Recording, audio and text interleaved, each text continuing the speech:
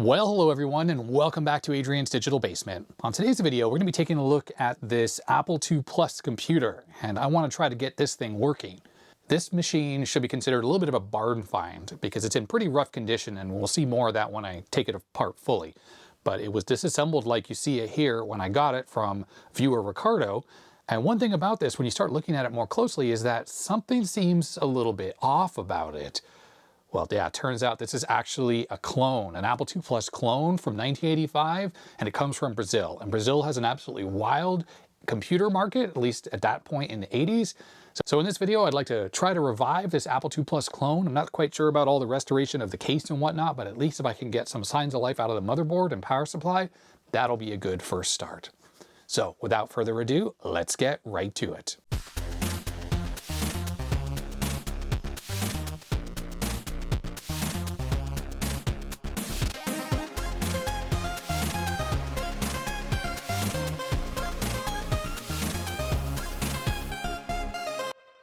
So when one thinks of Apple II clones, you're generally thinking that they're illegal.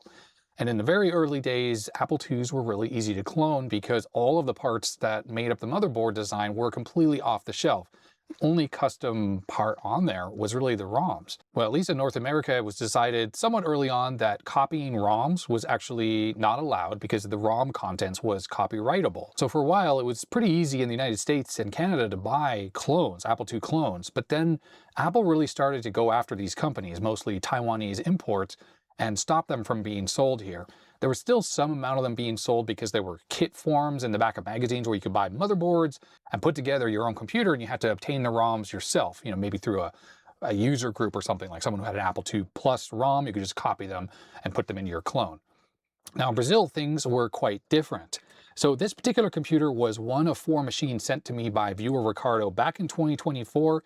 And thanks to Ricardo for sending these in to me, and thank you to Vax11 for shipping these to me, because these were all located on the East Coast and they took a little bit of time to get to me. And I've had these machines sort of kicking around the basement here, waiting for me to get to them. And well, today's that day. I want to try to look at this first computer. So from what I can tell for this computer, this thing was actually made entirely in Brazil, except for the chips, but all the rest of the components were made by Brazilian companies, and it was all done around 1985.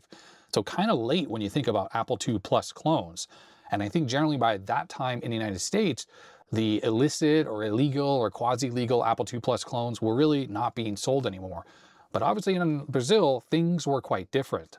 From what I can understand, around 1984, the government in Brazil passed the Reserva de Mercado, which is like a protectionist policy, like market reserve policy, essentially saying that if you were going to try to sell a computer in Brazil, it had to be made in Brazil by a Brazilian company. I might be missing a little bit of the detail there, but it essentially made it impossible for companies like Apple and IBM to actually sell into the market inside of Brazil. Now, there was another component happening inside of Brazil called the Manaus Free Economic Zone. And I'm sure I mispronounced that. My Portuguese skills are 0. But this was created in 1967, I think, to promote businesses and free trade with Brazil. From what I can understand, companies set up shop with the idea of importing at least components to then help make things locally within Brazil. And I think this computer is a perfect example of that. So you'll see when we start working on the motherboard that it is filled with components from ST Micro and AMD, Motorola, like all the usual players.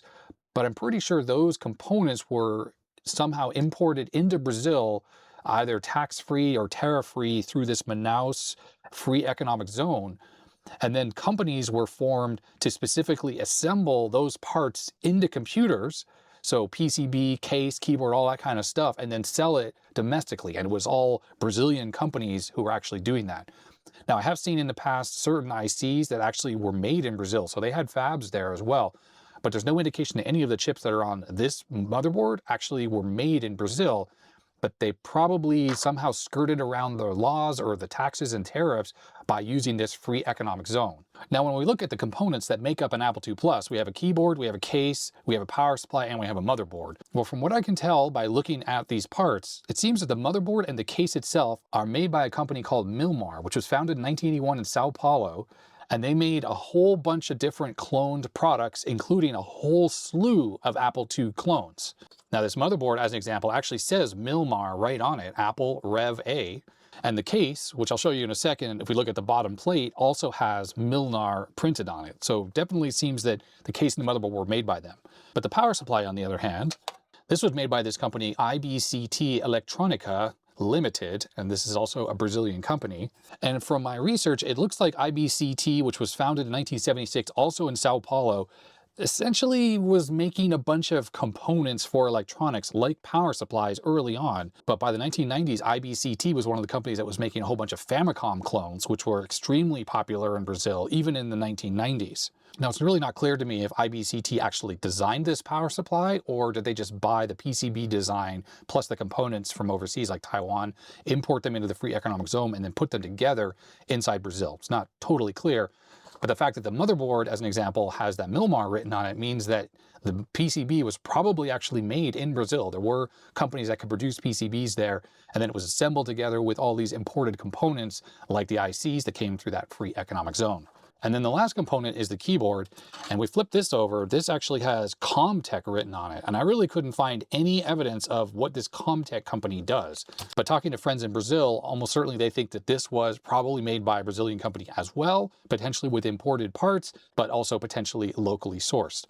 Now I have this bagged up because this is just standard connector that goes to any Apple II Plus motherboard, meaning that this keyboard surely works on a standard Apple II Plus, or you could use a standard Apple II Plus keyboard with this motherboard. Now, the funny thing about this motherboard is when we take a look at it, if you're familiar with the II Plus, everything on here is bone stock, except for the fact that instead of having 6 ROMs, it has 3. So there's a little bit of extra logic here to combine those chip select lines. The power supply connector is different. This is strange because there are actually footprints on here for the tape and the RCA jack that go out the back of the computer, but it has this little PCB mount thing that screws into the case. Maybe some kind of a cost-cutting thing, like getting those connectors was too expensive. We have a little bit of damage with that part there that's actually broken.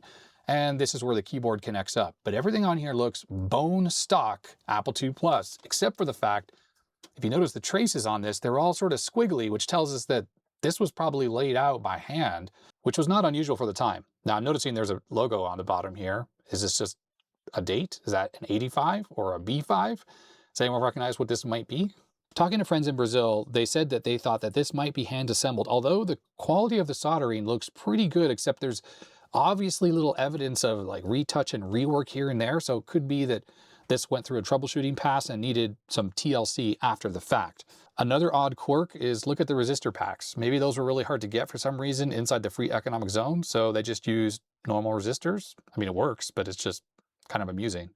And looking at the chips on here, they all seem to have a 1985-ish date code, and I don't see any that say they're made in Brazil, so it's pretty much all imported ICs. Now, when it comes to the ROMs, I actually dumped these and the character ROM, and they are byte for byte identical to the character ROM and the main system ROMs that are on an Apple II Plus. So even though I haven't turned this thing on, when I do power this up and if it works, it's just going to say Apple II at the top, just like a normal II Plus.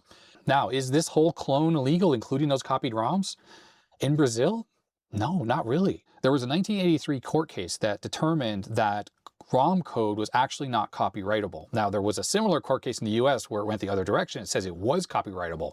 But that is really amusing to think. If the court case that happened in North America had gone the same way as the one in Brazil, this was a court case between Sinclair and Micro Digital for the ZX81 ROM copy, well then clones like this would have been prolific in the US as well.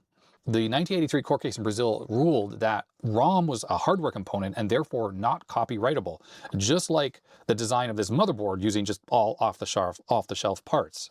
Now, the only thing on this computer that is kind of quasi-illegal is the Apple II Plus badge that's on here, because even at that time, the Apple logo and Apple II Plus, that was the trademark, and I think that was actually internationally respected, although from what I can tell, IP law when it comes to that type of stuff was just not enforced at all, especially because the government took a favorable view to these local Brazilian companies making these clones.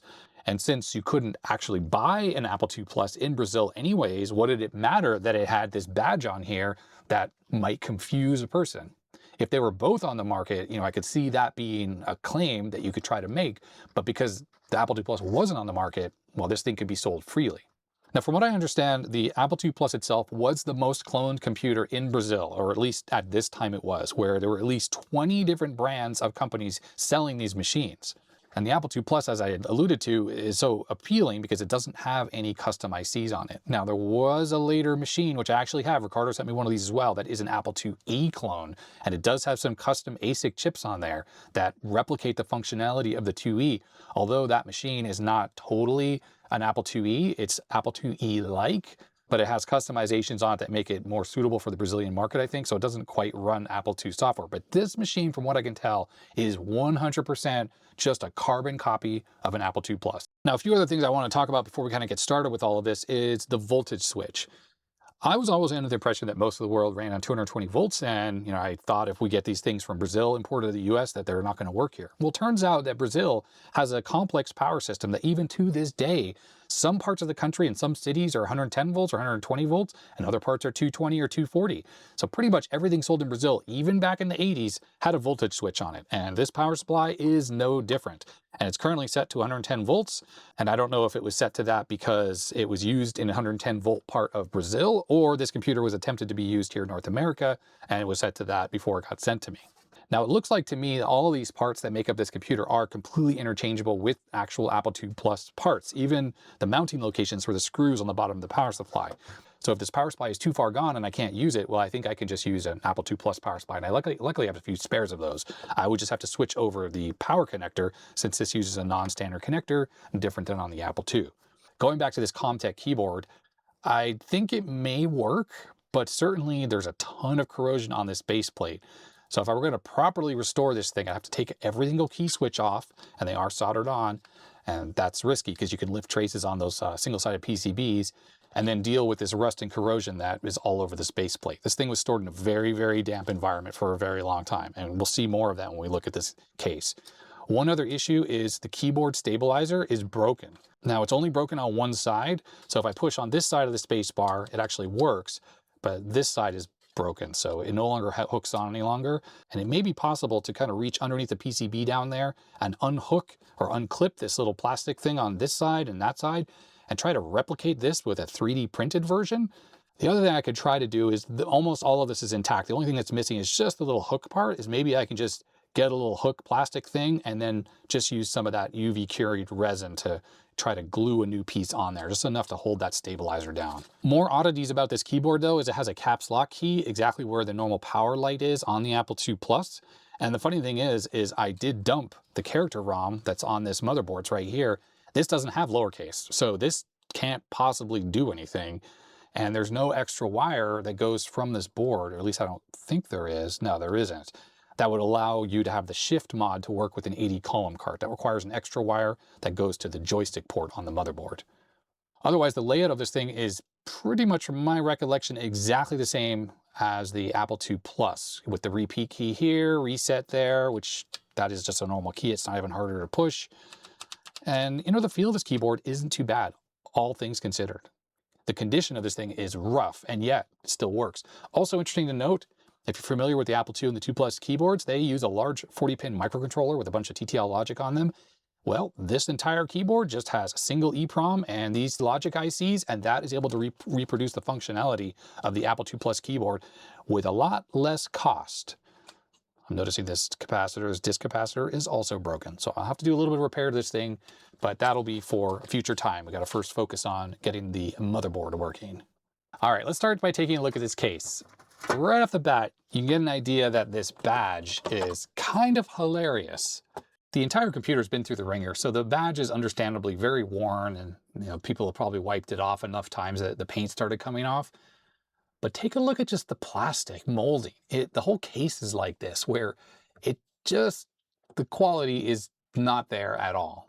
Other interesting things about it is the mechanism to clamp the case down. It actually has these little holes, which then clip down onto these little posts or pegs.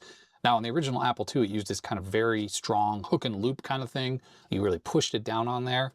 This thing actually seems like a little bit better of a solution, to be honest. The top cover, though, I do have to say is, other than being, definitely a bit worn out and shiny from obviously where like a monitor was sitting on top of this thing, it's not too bad. The quality of it is actually pretty nice, and it's very solid plastic. Now, back to the top cover, this is where the quality just kind of goes really far downhill compared to an Apple II. Just the way the plastic molding is, Kind of hilarious. Like it was just done by hand, I guess, or a lot of the inside part was just done by hand. But hey, I guess it works, right? Now, unfortunately, I think one issue is that a lot of weight was placed on this machine, like something was stacked on top of it. So the case is kind of bent. And beyond that, it actually was cracked. So when I went to get it out, there was a crack right there.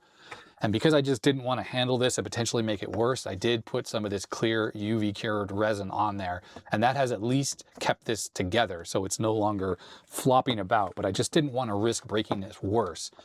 Unfortunately, the bend is here as well, so it's there. And the keyboard itself was very bent when I first dismounted it because it was actually screwed in. I did bend that back. It was very easy because it's pliable metal, but I don't know what to do about this. I'm not sure if I could heat this up with a heat gun and try to bend it back. I'm worried about breaking this thing, especially because as you try to bend this, it puts pressure on this crack here, which is almost certainly why it broke in the first place.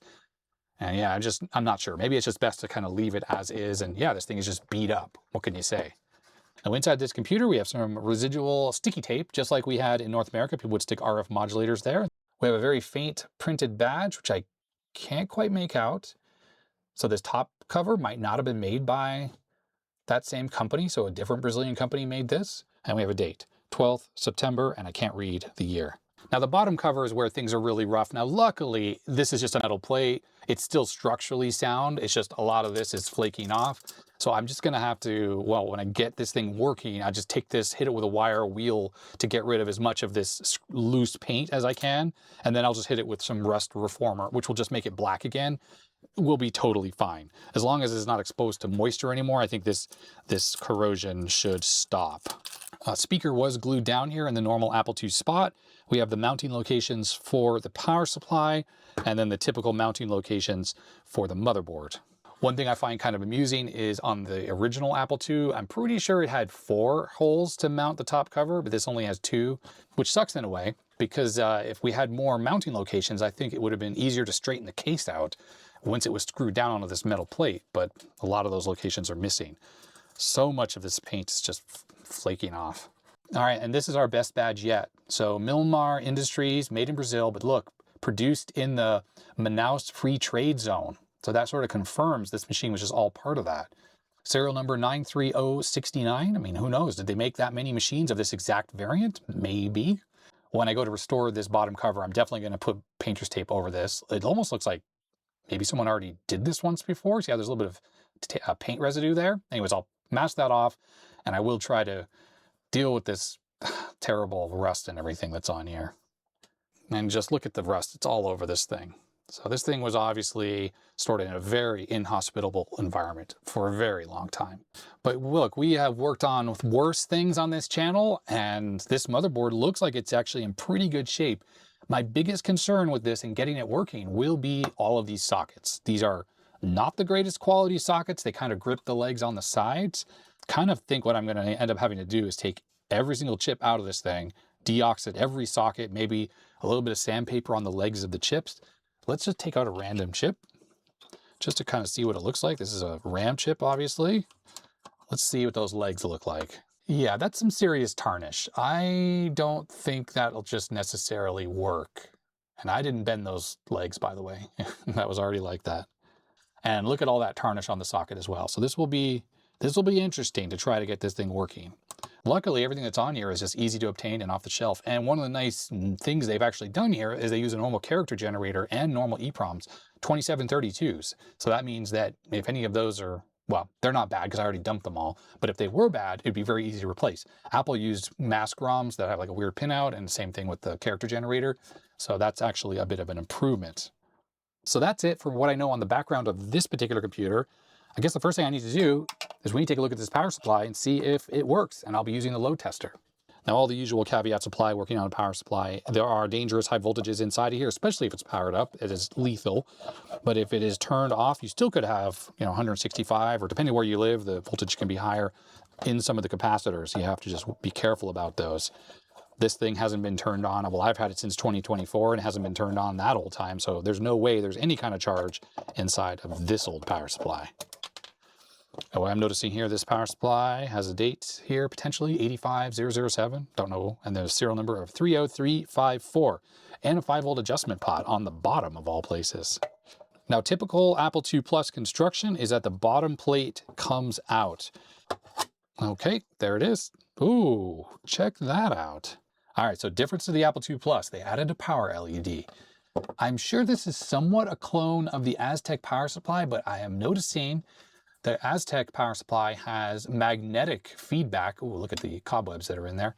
This thing is actually using an optocoupler, so it is a little bit more of a modern design. Here's the interesting thing. To allow the voltage, get rid of that dead spider. To allow this thing to have voltage switching, we have two caps here, and when you flip this to 110 volts, what it does is actually creates a voltage doubler. So this power supply always runs at the same voltage on the input side as if it is on 240 volts or 220 volts.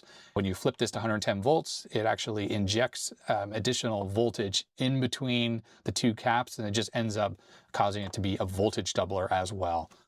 I've talked about that theory a little bit when I've converted stuff like the BBC Micro and the Acorn Archimedes power supply over to run on 110 volts. Same exact idea. Those things actually have provisions for that. You just add a little jumper link inside. They don't have an external switch. But if you need to convert a power supply that only has a single cap, so it's not designed to be doubled like this, the Chinese TV board that's in my Commodore 1702 actually adapted that by removing the single cap, putting in two caps, and then wiring it up in a voltage doubler configuration so that it also runs at the equivalent of 240 line volts, even though it's plugged in inside my office upstairs on 120 volts. All right, so what you want to do is when you open up a power supply here, check for obvious problems. Refas, there are no refas because there's no filtering at all on this. There was no FCC in Brazil at the time, obviously, and well, that's an FCC requirement. You want to check to see if any caps are bulging or look damaged or look like they have leaked. That doesn't seem to be the case here at all. Everything looks totally fine. What you want to do as well is look for any areas of the board that look burned. So if you have a bad connection on a component, say like a large resistor like this, then you might have a big hot spot and you'll get discoloration on the PCB. So you want to look for that. And I don't really see that anywhere. Everything looks fine, totally fine on this thing. There's our input bridge rectifier. There is a fuse and it's in a holder, so that's nice. I mean, everything looks fine. These are the output diodes that rectify the AC back to DC. This is all our low voltage side for like the various rails. And of course, Apple II Pluses have 5 volts, plus 12, minus 12, and minus 5 volts.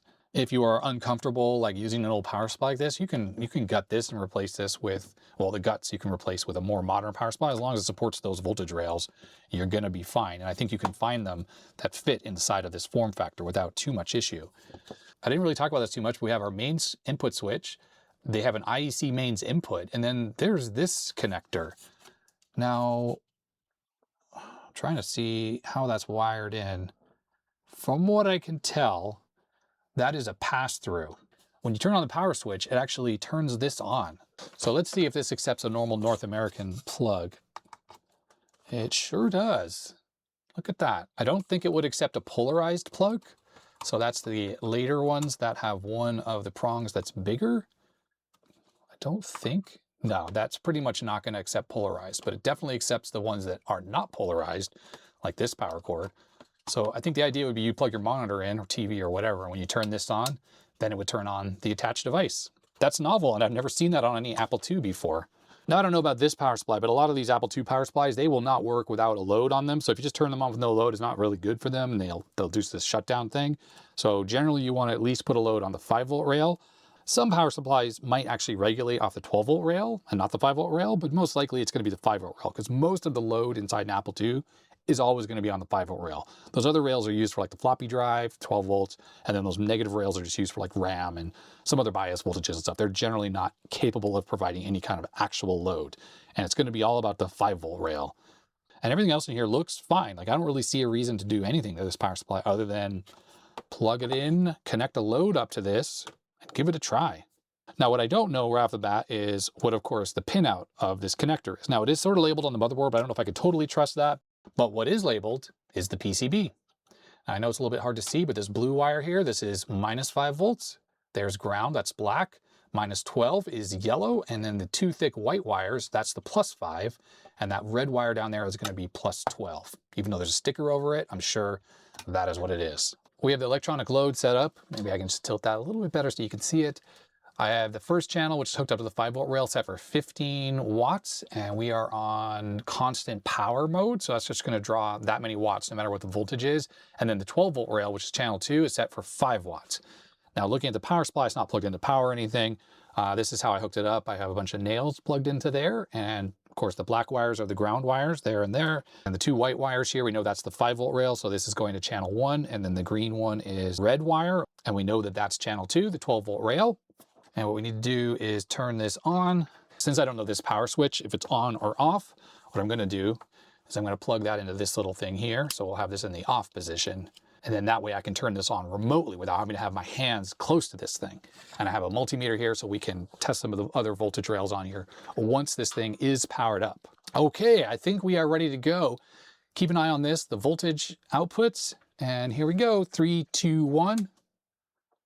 Nothing happened, so that means this thing must be in the off position. Okay, how about now? 3, 2, 1. Okay. So there was no 5-volt rail being generated. Let me double check my connections here. Let's try this again. 3, 2, 1. Oops. I just turned this off accidentally as opposed to turning on this. 2 different switches over there. Let's try that again. Okay, turn you on. And here we go, 3, 2, 1. Same thing. So we're not getting proper 12-volt regulation, but that's fine on the 5-volt rail, but 5-volt rail is doing nothing. That's this top reading. Let's check manually to see if we're getting 5-volt rails using this. Okay, here we go, 3, 2, 1. Yes, we are. Okay, so I have a bad connection somewhere. Let's investigate.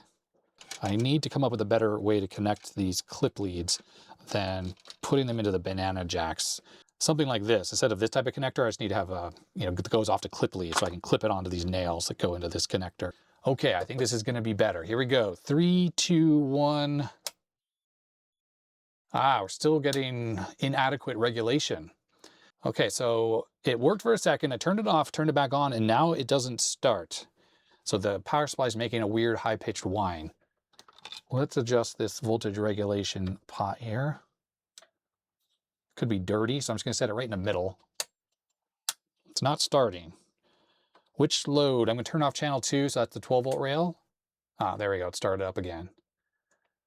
But that is seriously low voltage on the 5-volt rail. Really, really low. Oh, wait a second. Okay, yeah, I have to turn it all the way up to even get to 4.8. So something's up. Right, so no load. We're at 4.6 and 11. Feels like the feedback circuit's bad on this power supply or something. And I'm able to get to 5. I guess one thing about this power supply is it is able to generate these voltages with no load on them. So let me power it off. Takes a second. Now it's dropped away. And turn it back on. Yeah, it goes right back to regulating without any issue, but then it has no ability to even deliver 10 watts. That's terrible. I think the entire Apple II Plus motherboard easily could draw 10 watts just in all those TTL chips. And this thing is just not able to do it. 5 watts, and it's a lot of voltage drop. It really feels like that feedback circuit broken or something. Let me bust out Topdon TC004 thermal camera. Let's just take a look and see what's getting mega hot. 35 Celsius. It almost feels like there's a disk capacitor that's super hot. Let's power this off again. Okay, there it is, dropping in power. Yeah, it looks like this disk capacitor right here. Why is that so hot? I don't get it. Unless it's a thermistor or something. No, that is, according to the marking on the PCB, just a disk capacitor. And it's, it was 35C. That's not like crazy, but it shouldn't be hot at all. All right, so I think what this all means is troubleshooting is required because there's definitely something wrong. There's no way this thing is going to work properly hooked up to an Apple II. It is just going to sag way too much. So I think what needs to happen next is I need to take this thing out of here, which involves releasing this cable gland and taking a bunch of screws out and stuff, and we'll get this out of here, And then I need to take a look at what's going on with that cap. Is that part of the regulation circuit? It's possible. The feedback circuit comes through here and goes to that. There's got to be a switching IC. It's probably that thing right there is the switching IC. Maybe that's the problem. Although, I don't know, because the weird thing is this pot works without load on here. I'm able to adjust the voltage up and down without issue. This is part of that feedback circuit through the optocoupler there. It's kind of funny. I took a break to have some dinner and I'm sitting there thinking maybe the voltage drop I was having was due to a bad connection to the electronic load, because the voltages it's showing are measured after the wires. I should have measured the 5-volt rail actually at the connector directly, but I didn't. And I've already taken the power supply apart. So I'm going to investigate the power supply without knowing for sure if it was just a bad connection that was causing that voltage drop.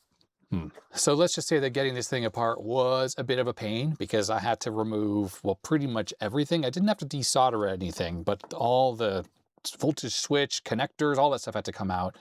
And now I have access to the bottom of the board. Now that disc capacitor that I potentially suspect as being a problem is right there. It's between those two pins.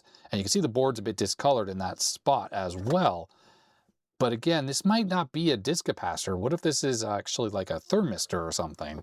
And I kind of noticed when this thing was fully assembled, this thing was up against that resistor like that. And maybe that was on purpose? No, I really don't think so. I mean, the marking on the board that's under this component just looks like the normal non-polarized capacitor marking, which is exactly what you see under this orange capacitor. So let me just remove this disc capacitor from the board so I can just test that out of circuit. So there's the cap, 102, 2000 volts, 1031 picofarad. I mean, it certainly seems fine. 102, by the way, that should be 1000 picofarad. So this thing is measuring it correctly, but this thing uses a very low voltage, and maybe this has become leaky somehow. Okay, so I don't really stock disc capacitors and things like that, but I have lots of scrap boards. So this one right there, which is also 2 kilovolts, this is 4700 picofarads, so it's a larger value than this one. So I'm going to keep looking around to try to find one that's the same value as that. Okay, so power supply is back together and it's running.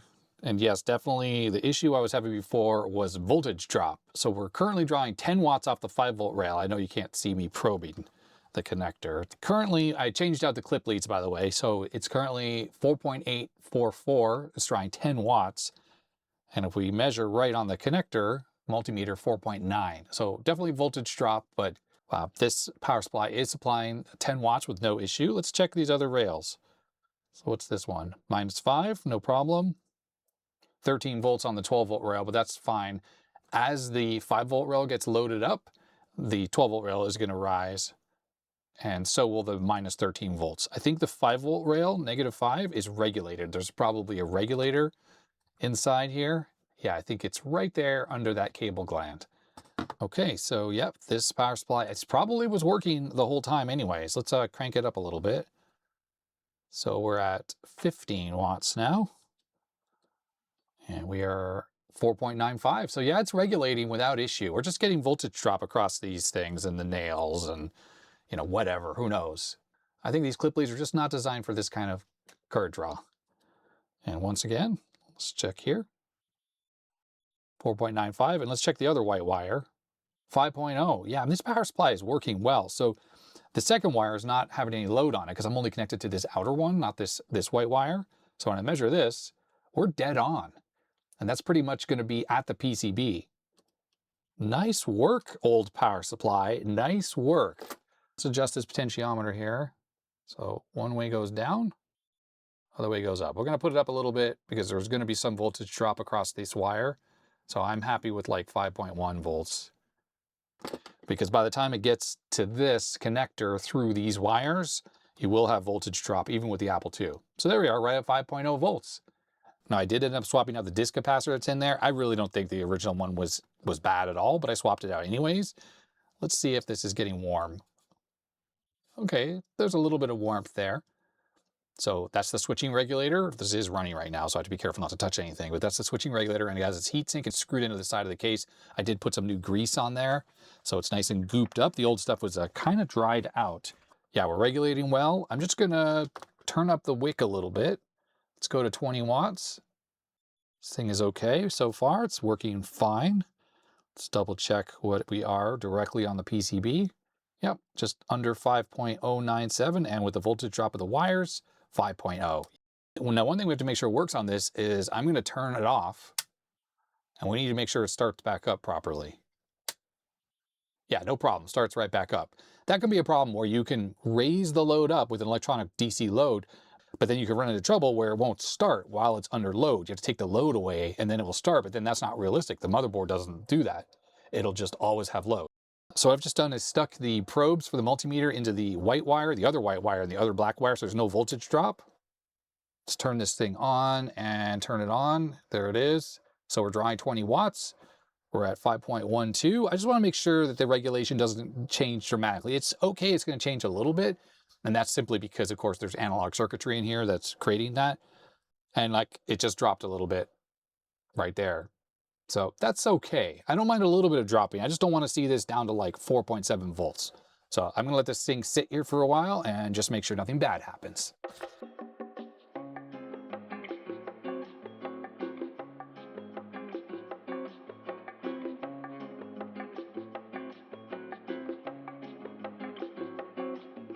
All right, so it's been maybe like 15 minutes or so, well, 1,000 seconds, whatever that comes out to, and nothing has gone wrong. It's just working fine. There's definitely some warmth coming out of this, but it's certainly not hot. Oh yeah, the side of the case, it's warm, but it's not hot at all. So yeah, it's working, and the voltage has gone down a little bit, but just a little tiny bit. So I think we're still within spec and there should be no issues. Now remember, this is measuring the voltage that's actually on the PCB because it's using wires that don't have any voltage drop on them. So the Apple II or the clone motherboard will see a little bit of a lower voltage, so I might need to turn that up a little bit. But all I have to do is power up the Apple II, let it take a load from the power supply, and then just measure the 5 volts on one of the chips and just see what our voltage drop is and then adjust this appropriately so we get about 5 volts. And of course that might change a little bit depending on if you plug a bunch of cards in and stuff like that. But anyways, power supply seems to be working. Thumbs up. All right, well, the power supply is all ready to go, so it is time to work on the motherboard finally. So I did a little bit of prep work off camera. I resoldered this adjustable cap, and I also polished these connectors a little bit. So they're a little bit more shiny now, which is perfect, because I think if I tried to plug a monitor into those, it wouldn't have worked, just wouldn't have made contact. I have not touched any of the other sockets, though. I didn't take any other chips out, other than the 4 ROM chips, so I could dump those. But otherwise, well, any deoxit that's required to get this working, or any socket replacement or chip replacement, that is still yet to be discovered. So what we need to do is we need to get this power supply connected up to this board, and we need to see if this thing actually comes to life. Oh, you know what's so funny? I just noticed. For whatever reason, they saved the pennies to not have a connector that connects the extra 5-volt wire to the motherboard. Why did they do that? I couldn't tell you. The thing is keyed, so as it sits right now, that second wire just floats and is not actually connected. Quality. Something else I did when I first shut off the power supply, you might have noticed the rusty fasteners holding these sockets on. Well, I switched those out for some new M3 fasteners, which are not all rusty. I'm trying to get rid of all the rust that's going on with this computer, so that's it for these 2 components.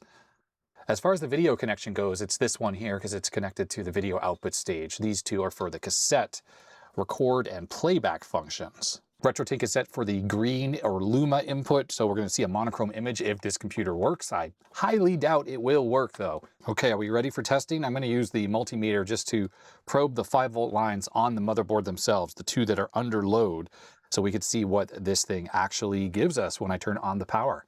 3, 2, 1. Oh, power supply made a very unhappy sound, which was interesting. Did I not see 5 volts? Yes, I am getting 5 volts, but why does the power supply sound so unhappy? Do we somehow have a short on the motherboard? No, 200 ohms. Well, why is the power supply making a horrible whine? One thing I also noticed is when I turned this on, we didn't have any video output at all, but it still could be a bad connection on here or any other bad connection on this entire motherboard. What I'd like to do is I want to try to measure the current while this is operating, and I can use this DC clamp meter for this purpose. I'm going to go on the 2 white wires. So while I had the electronic load hooked up, I was drawing about 4 point something amps, and it wasn't making any kind of horrible noises. So let's see what we get here. Oh, it's like less than 1 amp. which is weird to me. Why is it making a screeching noise while it didn't when I had the electronic load connected? I'm honestly confused. All right, we're back and the power supply is working now, and this was entirely my fault. I had inadvertently switched out the disk capacitor with this one, which is 472. That's the marking on here, which is 4,700 picofarad. This capacitor is used as part of the snubber network for the switch mode power supply, and it is absolutely a critical value because it's tuned with the capacitor and all the other components that are on there. So me switching it, well, basically probably caused some kind of a resonance inside this thing while it was running, and I'm glad I didn't run it that long. I did run it for quite a while during the bench testing and load testing, and it wasn't making any weird noises and also wasn't getting hot or doing anything weird. So I don't think any harm was done, but obviously when I connected to the motherboard, maybe the way the motherboard's loaded up with the capacitance and stuff caused the power supply to start oscillating because I had this wrong value in there. So I had to take this thing fully apart again to get this out of there, and I put in the correct 102 disk capacitor in place of the original one. I didn't put the original one back in. I put in a new replacement that I did find. So I know that it's a good part that's in there now. And when I turn this thing on, like it is right now, there is no strange noise whatsoever. You can't see it, but the little power LED is on. And let's just check the voltage on here and see what we're getting on the 5-volt rail. So there we are, right at 5.05 volts. No strange noises out of the power supply.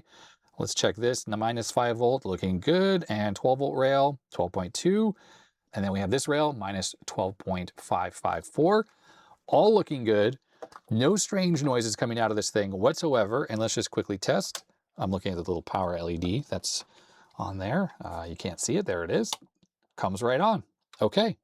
So moral of the story, and I definitely already knew this was totally a mistake on my part, don't change the value of the snubber network components if you are servicing a power supply. If you have like filter caps and stuff, it's okay to have the values go up a little bit as long as the voltage is all right. But for the snubber circuit on the switch mode power supply, it's a critical part of the switch mode power supply, and you don't want to change those values. So a 102 or 1000 picofarad cap, 2 kilovolts, that's what came out of here, and that's what I put back in. All right, resuming our troubleshooting session. So we are not getting any kind of video output right now at all, even though this is currently powered up. So everyone knows the drill. What do we do when we have a machine that doesn't seem to have any signs of life? Well, we start probing around with the oscilloscope just to kind of see what kind of signals we can see. First thing we should do is we should take a look at the video output. Let's see if we actually have anything. Whoa, we do have something. So the fact that I don't see anything is actually a capture problem, or, well, it could be the cable is not making good contact as well. Let's unplug the video cable and let's see if we have anything on here.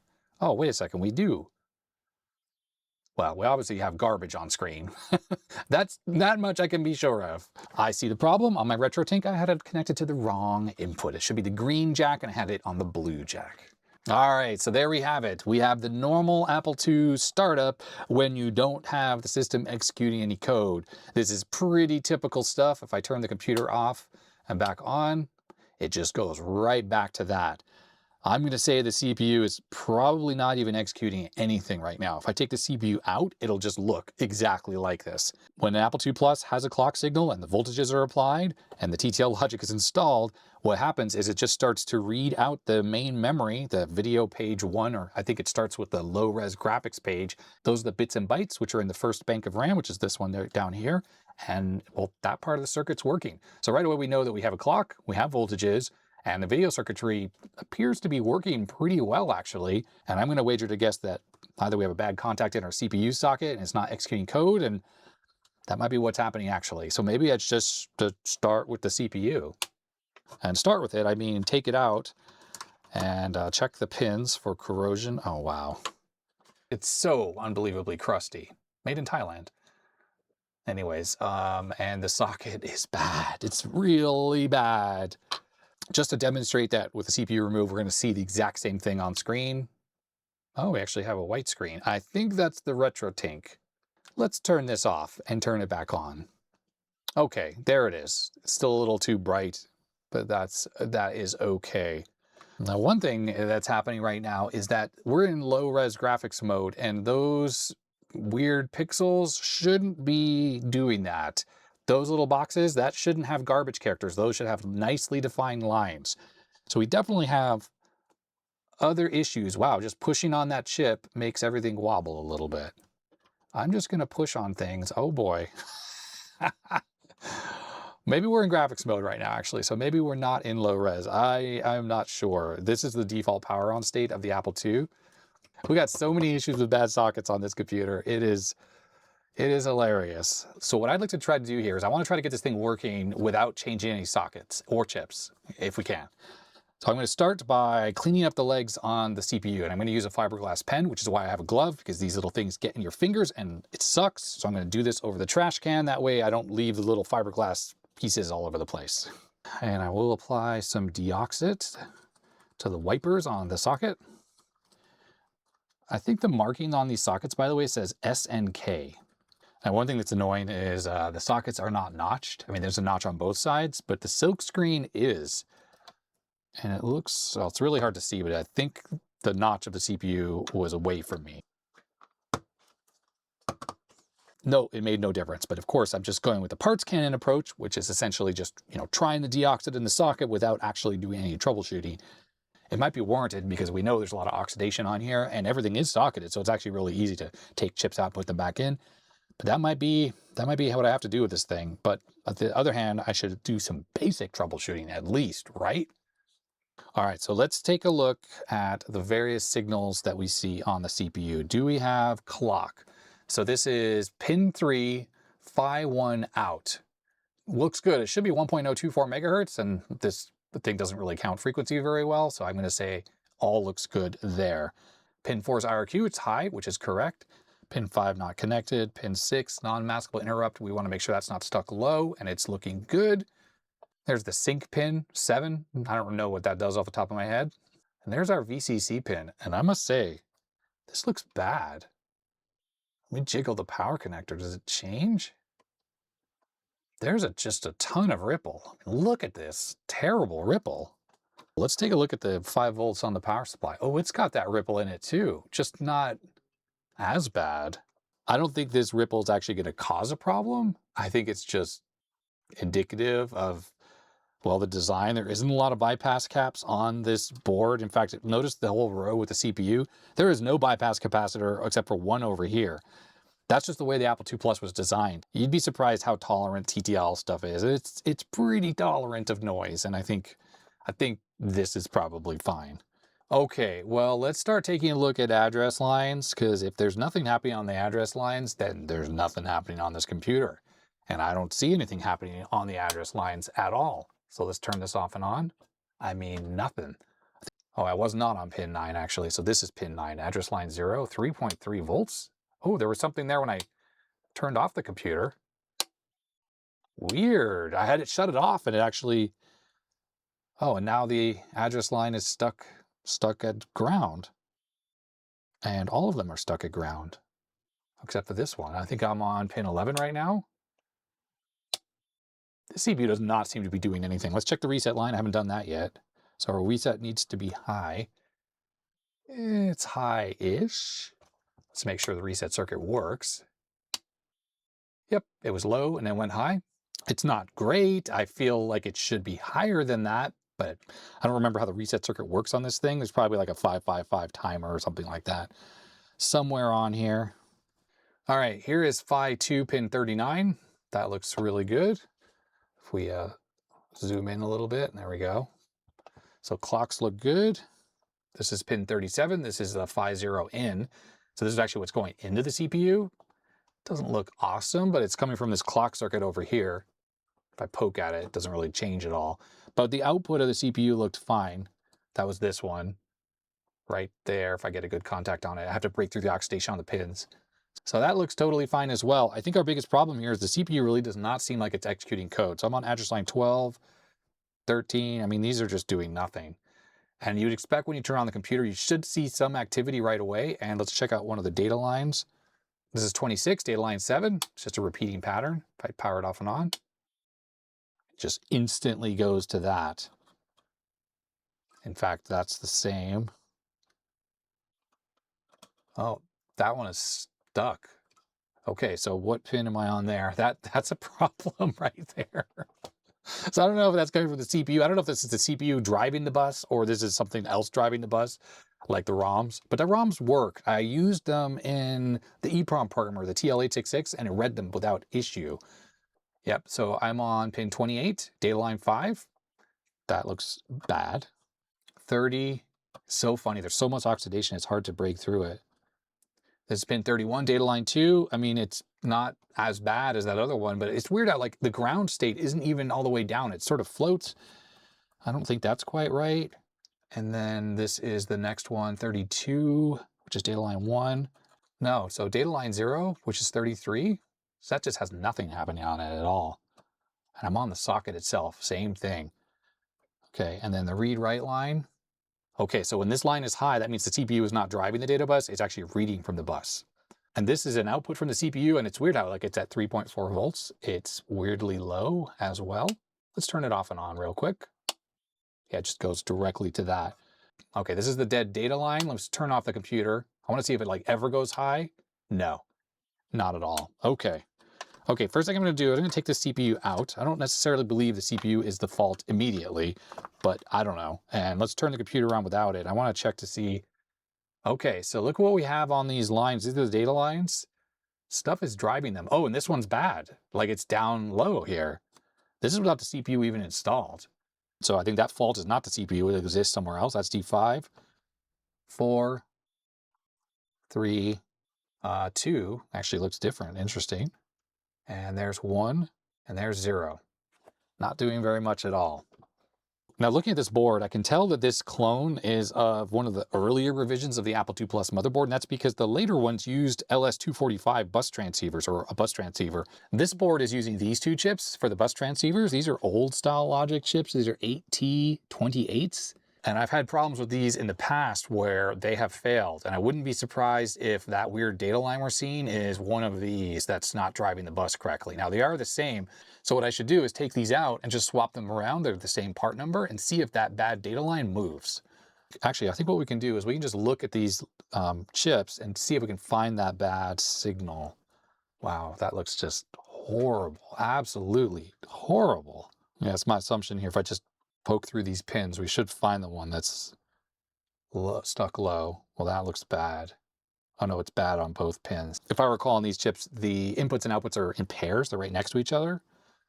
So I think that's how it is. I can't quite remember. So I'm just going to quickly go through these and look for that bad data line. Okay, so what's interesting is I have not found that bad data line. It's not on any of these pins. So this could easily be just bad contact from the socket and not a bad driver chip at all. Because I'm positive that that bad data line should be one of these. And I have not seen it.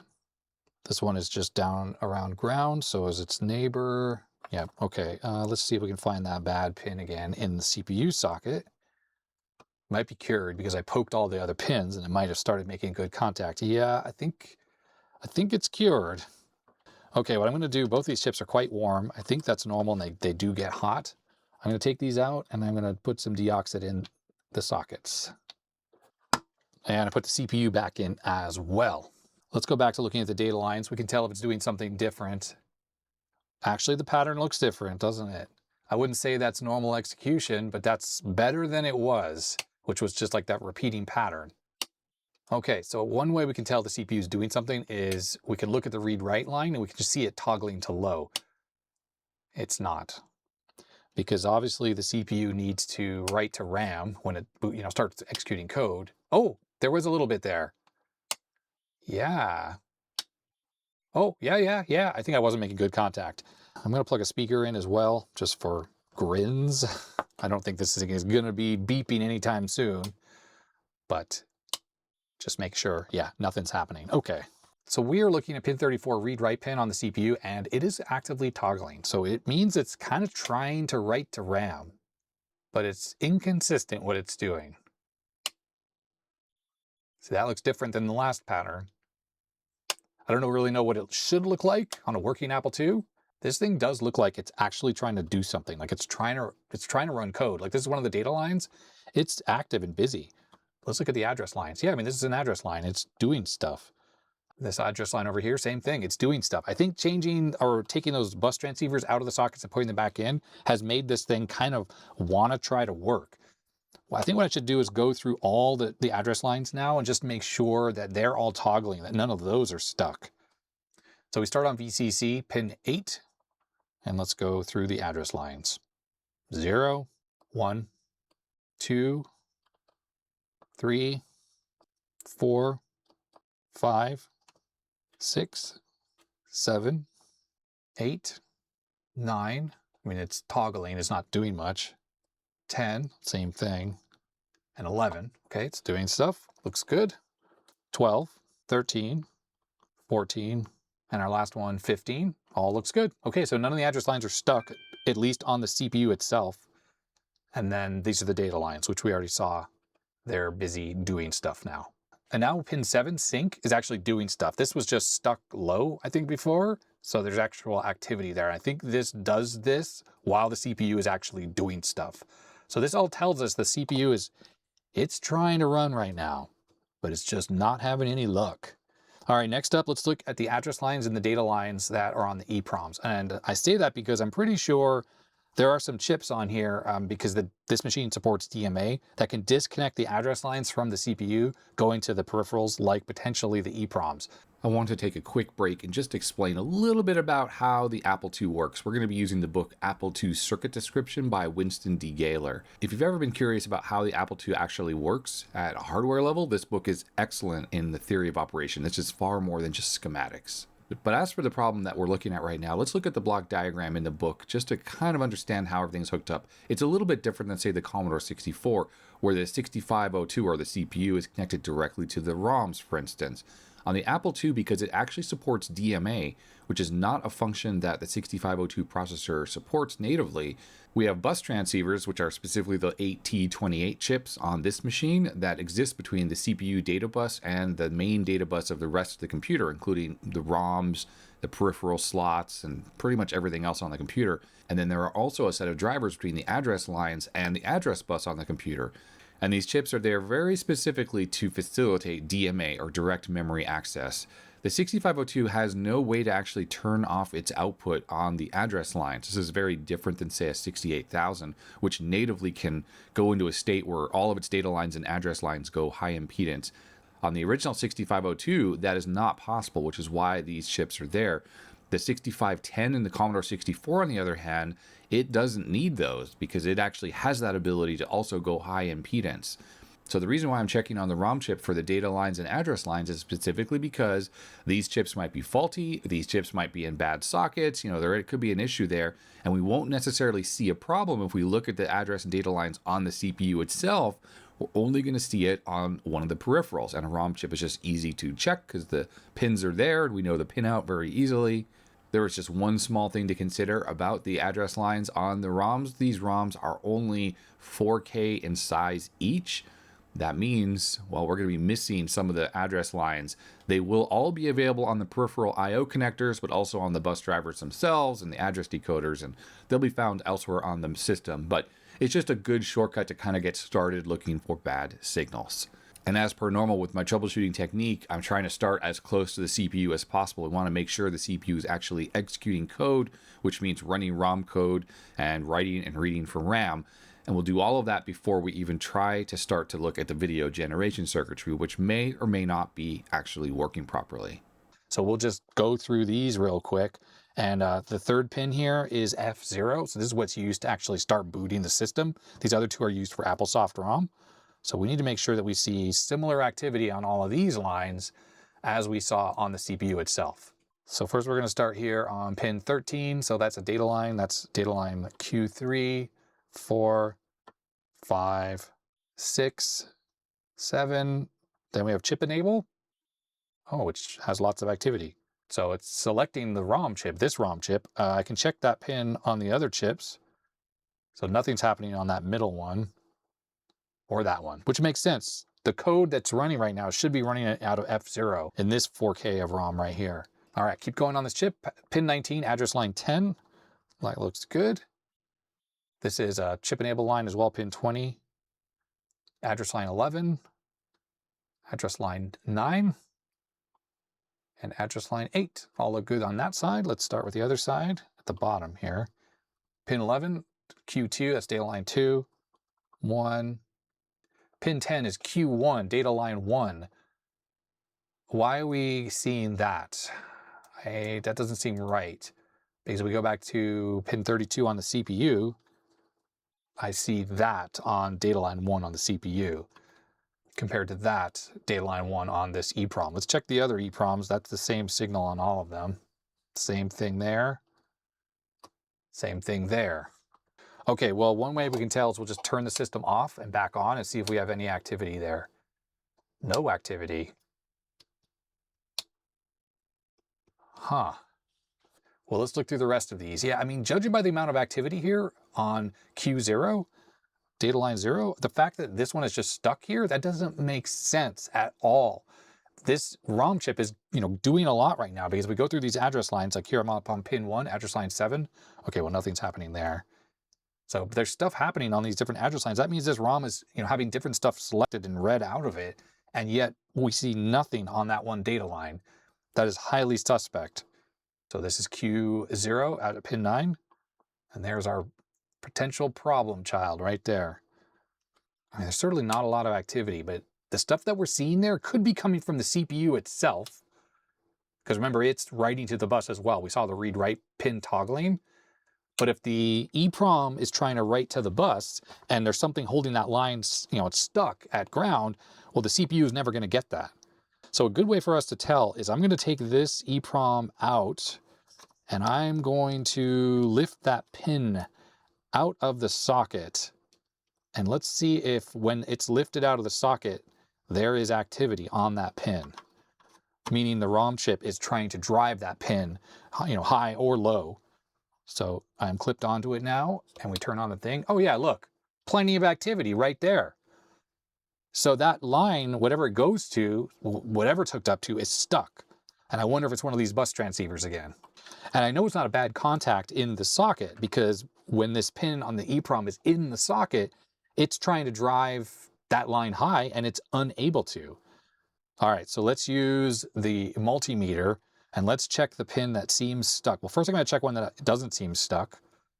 0.21 megohm, and let's check the stuck one. 3 ohms. Well, there's your problem right there. There's your freaking problem. Well, where's that short coming from? Let's take these bus transceivers out, and let's see about that. But I mean, lots of other stuff is on that data line, like RAM as well. So that could be coming from anywhere. I mean, there could be a physical short. We could have all sorts of issues. Oh, well, look at that.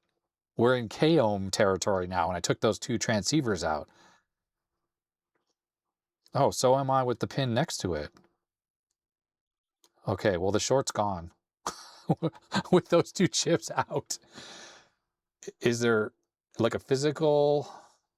Okay, well, let's just put them in one by one and see which one brings back the short.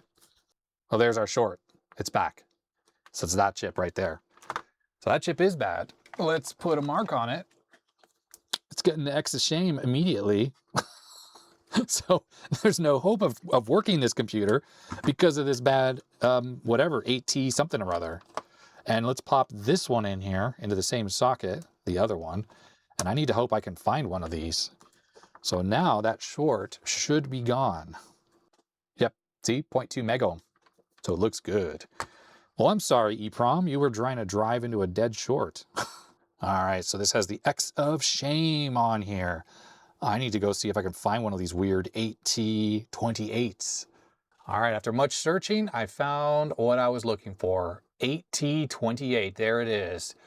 I have some other chips like 8T96, 97, 97 again, or it's a C97, but that's our chip right there. I did some research and I tried to find equivalents and stuff, and I don't think there really is any kind of direct drop-in equivalence to this chip. So I seem to have just one left, and it's now in the board, replacing this bad one. Okay, let's see what happens. I'm just going to turn this on. Maybe we'll get a beep. No, no beep. And the power supply is on for sure. I was just like way too eager. I was like, oh, it just works now. Yeah, right. Who am I kidding? This thing is a mess with all these sockets. All right, well, let's see what happens when we turn it on. What do we get? Nothing different at all. Well, let's take a look at these data lines. So this is, we're on the EEPROM. We're on data line 1. That's Q1, looks fine. I'm just going to go through them all just to make sure, because I actually don't know if that chip I just put in there works. Okay, so those are the 3 that are on that side. Now we're on data line 3, 4, 5, 6, and 7. All looking good, finally. I guess I should do the same on the CPU though. All right, so we are on data line 0 on the CPU. 1, just ignore that, that's just the oxidation. There's 1, 2, 3, 4, 5, 6, 7, and now we're on address line 15. It's weird how low that is. I mean, it's still TTL, it's like 3.6 volts. It's good enough. Anything like over 3 is totally fine. It's just the CPU doesn't seem to drive the bus very, very hard. Okay, so where are we at now? CPU is definitely executing something. We definitely had a bad bus transceiver, this one here. So now all the data lines of the ROM are able to get back to the CPU correctly. So there's a chance that it could run code. I do know 100% this ROM works fine. I dumped it. It is a bit-for-bit match of the Apple stock ROM. Well, it's 2 of the chips combined, F0 and F8. So it is good. Let's take a look at the DRAM. Let's make sure that we see data line activity on all the different data bits. So basically these are in columns, data bits 0 through 7. I don't know which is which, doesn't really matter right now. But we have a data line in and a data line out. We got to look at both of those on all of these RAM chips. So, and basically just go across the entire row here, make sure that we have activity on all of them. So I'm on the data line in pin, and so far so good. Everything looks fine. So we're getting input to these, and let's look at the outs. Okay, that might be normal. Let's look at the different ones. I don't know, it's kind of jaggy looking, but that's okay. This floats, I think, when the chip is not driving the bus, and that's why you get that weird upward sort of slant part there. So everything looks fine. Yep, there we go. One more to go. There we go. Okay. All right, now let's take a look at these address lines. Now these are multiplex address lines that go to all of these RAM chips, and then RAS and CAS select the different banks. So this is address line 0, multiplex address line 0, pin 5, 6, 7. Here we are, address line 5 on pin 10. It looks okay. I mean, it's all a little bit low, but should be fine. There's 3. And the final one, 6. All looks good. I mean, we're seeing activity there. If this were not working, that would mean one of the multiplexers was bad. So this all seems fine. Now, what we need to take a look at are the RAS and the CAS lines as well. So pin 4. Okay, so that's normal. We should just see kind of pulsing on there. And then we got to look at CAS on pin 15, which, oddly enough, on that chip, doesn't seem to be doing anything. Let's check the other banks. Okay, yep, there's activity on this one. It could be that this middle bank is just not being used right now by the ROM or whatever code is actually executing. And let's check the first bank. Okay, lots of activity there. So we turn the computer off and on. Yeah, it goes right back to that. I'm assuming we have a RAM error at this point or some other kind of RAM issue. And without 0 page working in the first bank, then the CPU is really not going to be able to do anything. It's just going to crash immediately. So I was on the third bank here, and we saw a bit of activity, and then it went away. And let's check this middle bank. Turn it off. Turn it on. Don't really see anything here. But at least on the first bank, which is the one that's being used right now, we see lots of activity there. Well, actually, a lot of what we're seeing there is actually coming from the refresh cycle for the screen. Now we think about this for a second.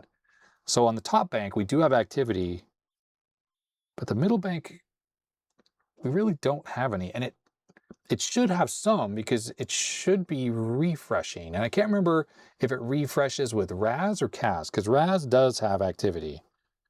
Row address select and then column address select. Maybe RAS is all you need to do refresh. And that's why, you know, we see that on all the chips because it's doing a refresh. Yeah, I bet you that's the case actually. Just no activity on CAS at all on this middle bank. That may be normal. You know, we're just trying to boot to basic here. Yeah, just nothing happening. But I don't know. That's slightly suspicious. And again, on the third bank, which is closest to the ROMs, now we don't have anything there. But we get activity there sometimes. like there, and it goes away. I think I've reached a good stopping point for part 1, and I will resume in part 2 where I will try to get this computer fully working. I feel I've done good work in this video. Power supply, I was hit and miss. I was floundering about a little bit. In fact, that power supply probably worked perfectly right from the start. I got tricked by the voltage drop on my load. I really have a lot of learning to do when it comes to testing and fixing power supplies, but at least I got this one, well, it works properly, and I'm confident that it'll be a reliable power supply going forward, other than that ripple that we saw. As for the motherboard, we're really visually looking like we're in the same exact position as we were when I first powered it up with just sort of that line garbage screen. But we're really in much better shape now. For sure, that bus transceiver was bad, and because of that and some of the bad contacts in those sockets, the CPU definitely was not executing code, and it is executing code now. I'm confident of that. The problem is with a 6502 is if you don't have the 0 page and the stack working, that's the first couple hundred bytes of RAM, really nothing works properly. And I know the Apple ROMs, which is what's on these things, really rely on the 0 page and the stack to even get the computer to do anything. So even though the machine looks like it's totally dead because, well, the screen really shows nothing, we get no beep, we get no signs of life, at least visually, the oscilloscope doesn't lie, and we definitely can see it actually executing code. It's just getting stuck, and it's not able to, well, get past this and initialize the screen and play the beep and do all the normal Apple II stuff. So look for part 2 on the main channel, and hopefully I can get this machine up and running. And then I just have, well, the keyboard to work on and the rusty bottom plate. And okay, there's still a bunch more work to do. But at the minimum, I want to get this motherboard booting up Apple II software just like it did when it was new in 1985. So if you enjoyed this video, I'd appreciate a thumbs up. If you didn't, you know exactly what to do. If you have experience using these clones back in the day here in North America or anywhere else in the world, I would love to hear about it. I just love Apple II clones, the whole idea about it. It's just so cool to me, even though there was nothing different about this than a real Apple II. The fact that it was trying to look like a II Plus is just so cool to me. I don't know why I love it, but I absolutely do. Huge thanks to my supporters. They make it possible to do this full time. Their names are scrolling off the side of the screen. You can become a supporter at the links in the description below, Patreon, YouTube membership. And I guess that's gonna be it for now. So stay healthy, stay safe, and I will see you next time. Bye-bye.